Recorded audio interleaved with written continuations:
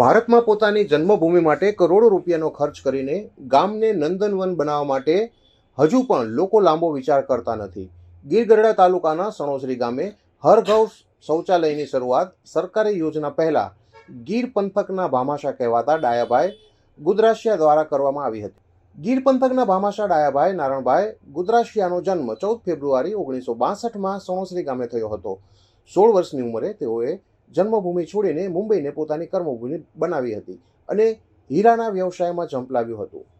હીરા ઉદ્યોગમાં પગભર થયા બાદ 1994થી 95માં તેઓ સેલવાસ અને વાપીમાં કન્સ્ટ્રક્શન લાઇનમાં ઝંપલાવ્યું હતું. અહીં સફળતા મળતા ગીર તેમજ સૌરાષ્ટ્રના યુવાનોને વાપી, વલસાડ અને સેલવાસ જેવા શહેરોમાં રોજગાર આપવા બોલાવી લીધા હતા. અત્યારે આ વિસ્તારમાં સૌરાષ્ટ્ર તેમજ ગીર પંથકના યુવાનો કે જેઓ કન્સ્ટ્રક્શન લાઇનમાં છે તેમને આ વ્યવસાયમાં લાવવામાં તેમનો ફાળો મહત્વનો છે. વર્ષો પહેલા સણોસરી ગામ સાવ સૂકો વિસ્તાર ગણાતો ત્યારે ખેડૂતોની હાલત એકદમ કફોડી હતી. વતનમાં રહેતા ત્યારે ડાયાભાઈ ખેતી સાથે પશુપાલનમાં પણ જોડાયેલા હતા. આ સૂકા વિસ્તાર માટે કંઈક કરવાની ભાવનાથી તેમજ ગરીબો અને પછાત વર્ગ માટે મદદ કરવાનો તેમણે સંકલ્પ કર્યો. આથી જ તેઓએ સણોસરી ગામની આસપાસ કરોડો રૂપિયાના ખર્ચે 7 તળાવો બનાવ્યા છે. 2015માં કેન્દ્ર સરકાર દ્વારા હર ઘર શૌચાલય યોજનાની શરૂઆત થઈ. તે પહેલા જ સણોસરી ગામે 2013ની સાલમાં ડાયાભાઈ ગુદરાશિયાએ ગામમાં હર ઘર શૌચાલય બનાવ્યા હતા. આ ઉપરાંત તેઓએ ગામના 5 જેટલા મંદિરોનો સ્વખર્ચે જીર્ણોદ્ધાર પણ કરાવ્યો છે. આ ઉપરાંત ડાયાભાઈએ જન્મભૂમિનું ઋણ ચૂકવવા 50 લાખના ખર્ચે 5 ચેકડેમ પણ બનાવ્યા છે. તેમના તરફથી ગામના દરેક વ્યક્તિને હોસ્પિટલની સહાય તેમજ દર વર્ષે ગામની સરકારી શાળામાં દરેક વિદ્યાર્થીને સ્કૂલ ડ્રેસ તેમજ નાની મોટી રોકડ સહાય આપવામાં આવે છે. તેઓએ હજી પણ ગામમાં તળાવો તેમજ ચેકડેમો બનાવવામાં સરકાર પાસે પરમિશન માંગતા સરકારના મંત્રી મુળુભાઈ બેરા દ્વારા ડાયાભાઈના વખાણ કરતા તેઓએ જણાવ્યું હતું કે તમે તમારા ગામમાં ખૂબ જ સારું કામ કર્યું છે, હવે અમારી સરકારને પણ કામ કરવાનો મોકો આપો. જોકે ડાયાભાઈ એક એવા ભામાશા છે કે જેમણે તેની જન્મભૂમિમાં કોઈ પણ સરપંચ બને તેને એ જ સમયે કહી દેવામાં આવે છે કે તમારે સરકાર પાસે ગ્રાન્ટ માગવા જવાની જરૂર નથી. તમારે ગામમાં જે પણ કામ કરવું હોય તે મને કહી દેવાનું અને એ કામ હું કરાવી આપીશ. મારો પરિચય આપતા કહું છું કે મારું ગામ સણોસરી, મારું નામ છે મનુભાઈ મેઘાભાઈ ગુજર. વર્ષોથી અમે અને ડાયાભાઈ સાથે ભણતા. પછી 1976ની અંદર અમે ગયા હીરાના વ્યવસાય સાથે વસઈ. પછી ત્યાંથી ડાયાભાઈ 1992માં જમીન સાથે સંકળાયા અને સેલવાસ એનો કર્મભૂમિ બનાવી અને સેલવાસની અંદર અહીંયા વ્યવસાય શરૂ કર્યો. ધીરે ધીરે અહીંયા બિલ્ડર લાઇનમાં ઝંપલાવ્યું. તો માતાજીની કૃપાથી બહુ એ આગળ નામના મેળવી છે. અને પછી ડાયાભાઈ અમારા ઘરના ભામાશા ગણાય. તેમજ ડાયાભાઈ ઉદાર જીવના માણસ અને એનો ફાળો બહુ મોટો છે. સામાજિક લેવલે છે, શૈક્ષણિક લેવલે પણ છે. અને અમારા ગામની અંદર વર્ષો જૂની સમસ્યા હતી પાણીની. એટલે ઉનાળે અમારે પાણી ટીપણા ભરીને ઘરે લાવવા પડતા. તો એ સમસ્યા ડાયાભાઈએ 2 વર્ષ પહેલાં હલ કરી દીધી. અને એમાં આવા જે મોટા મોટા સરોવર છે એવા 6 સરોવર બનાવ્યા. આ નેરા ઉપર 7 સરોવર બનાવ્યા. અને ગામની જમીન અને પીવાના પાણીની સમસ્યા દૂર થઈ ગઈ. પછી શૈક્ષણિક ક્ષેત્રે ભાવનગરની અંદર 1200 કન્યા દીકરીઓ ભણે છે. એમાં મોટામાં મોટું યોગદાન ડાયાભાઈનું ગણાય. એટલે શિક્ષણ ક્ષેત્રે પણ ડાયાભાઈનું બહુ મોટું નામ છે. પછી સામાજિક લેવલે બેડિયાની અંદર જે સમૂહ લગ્ન થાય છે એની અંદર 100 સુધી 150 સુધી લગ્ન થાય છે. અને સુરતની અંદર જે સમૂહ લગ્ન થાય છે 500 સુધી લગ્ન થયેલા છે. એમાં ડાયાભાઈનો મુખ્ય ફાળો છે. એટલે આવી રીતે ડાયાભાઈએ બહુ અનેક કાર્યો કર્યા છે. અને કોઈ પણનું હોસ્પિટલનું કામ હોય તો ડાયાભાઈને મળે એટલે એ હોસ્પિટલનું કાર્ય પણ એ દૂર કરી દે. કોઈને અચાનક બીમારી થઈ ગઈ હોય અને ડાયાભાઈને ખબર પડે એટલે ડાયાભાઈ તરત એમ કહે કે ગભરાતા નહીં, આજ હાલનો જ એક અમારો દાખલો છે. ગામની અંદર એક ભાઈને જરીક કિડનીમાંથી થોડુંક અસર થઈ ગઈ હતી, તો એનું ઓપરેશન પણ ડાયાભાઈના મદદથી કર્યું છે. એટલે આવા અનેક કાર્યો ડાયાભાઈએ કર્યા છે, સામાજિક લેવલે કર્યા છે, શિક્ષણ લેવલે પણ કર્યા છે. એટલે એને આમ તો નસીબ ન ગણાય, પણ એનું એક લગન હતી, લગન. એ લગન અને મોટો પુરુષાર્થ હતો. એ પુરુષાર્થને ધન્યવાદ દેવો પડે, કારણ કે અમે એની પાછળ જ અમે હારે જ હતા, પણ એ પુરુષાર્થમાં અમે ન ચાલ્યા. એટલે પછી ડાયાભાઈ ખૂબ આગળ નીકળી ગયા અને એનો ટાઈમ બગાડી અને આવા જે સામાજિક લેવલના કામો છે, જે પછી એક અમારા ગામની અંદર મોટું મંદિર પણ બનાવ્યું. આ રામેશ્વર મંદિર છે, એમાં ડાયાભાઈએ મોટો ફાળો આપેલો છે.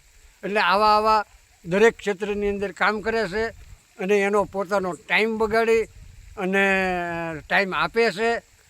અને એનો દરેક પરિવાર છે એ સાદાઈથી અમારા ગામની અંદર રહે છે.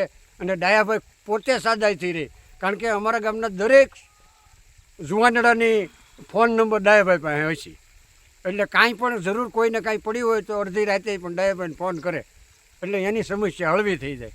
બસ આટલું કહી અને વિરમું. મેં એવું પણ સાંભળ્યું છે કે સરકારની પહેલાં ઘરે ઘરે શૌચાલય બનાવવાનું કામ ડાયાભાઈ દ્વારા ડાયાભાઈએ કર્યું છે. ઘરે એમાં શું હતું કે ડાયાભાઈએ એક સર્વે કરાવ્યું, પછી એમાં બધા સમસ્ત પરિવારને ભેગા કર્યા અને પછી પૂછ્યું કે ભાઈ આપણે સંડાસ બાથરૂમની એક મોટી સમસ્યા છે, તો એ સમસ્યા હલ થાય તો નાના માણસો છે કે જે બનાવી શકે એવી પરિસ્થિતિ નથી, એને બધાને સંડાસ બાથરૂમ બનાવી દીધા. આ સમસ્યા પણ દૂર. અત્યારે અમારે કળશો લઈને બાથરૂમ ચાઈ જવું પડતું નથી. આ સમસ્યા પણ દૂર કરી દીધી. ડાયાભાઈ નારાયણભાઈ ગુજરાસિયા, એનું પાછળનું કારણ એક જ નિશ્ચય મેં કર્યું કે ભાઈ આપણને કુદરતે આપ્યું તો આપણે કાંઈ કરવું, એવું આપણી માનવતાની ધર્મ છે તો આપણે કરવું જોઈએ. આવું એક મને મારા પર્સનલ એવું મને સમજાણું કે આ કરવું જરૂરી છે અને કરવું જોઈએ. પ્રથમ પહેલાં મેં ડાયમંડમાં ગયો ત્યારે મારી ઉંમર 15-16 વર્ષની. બોમ્બે જઈ અને કારીગર બન્યો હીરાનો. પછી કારીગરમાં કામ કર્યું 2 વર્ષ, પછી કારખાનું કર્યું. કારખાનું ચાલુ કર્યું પછી અહીંથી મારા નાના ભાઈની લોકો આવી જતા, એટલે એ લોકો પછી કારખાનું સંભાળતા શીખીને. પછી હું પાછો માર્કેટમાં ગયો ડાયમંડ. માર્કેટમાં થોડો સ્કોપ સારો આવ્યો અને એમાં થોડું કમાણ સૂઝબૂઝથી, ભગવાનની મહેરબાનીથી તો થોડીક મૂડી થઈ. ત્યારે મૂડી થઈ એટલે એવું લાગ્યું ત્યારે ખોટા પૈસા થયા.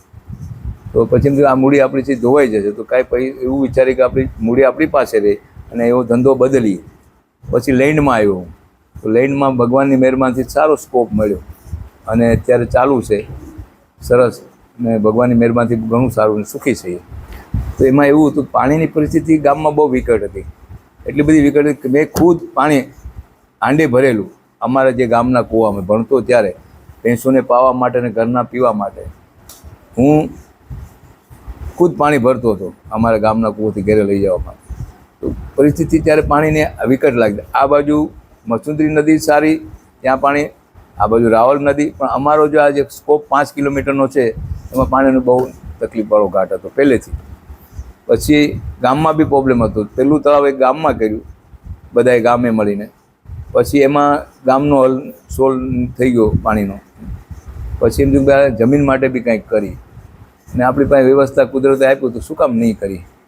અને આપણી માતૃભૂમિ છે તો કાંઈ ને કાંઈ કરવું જોઈએ ને આપણી ફરજ બને.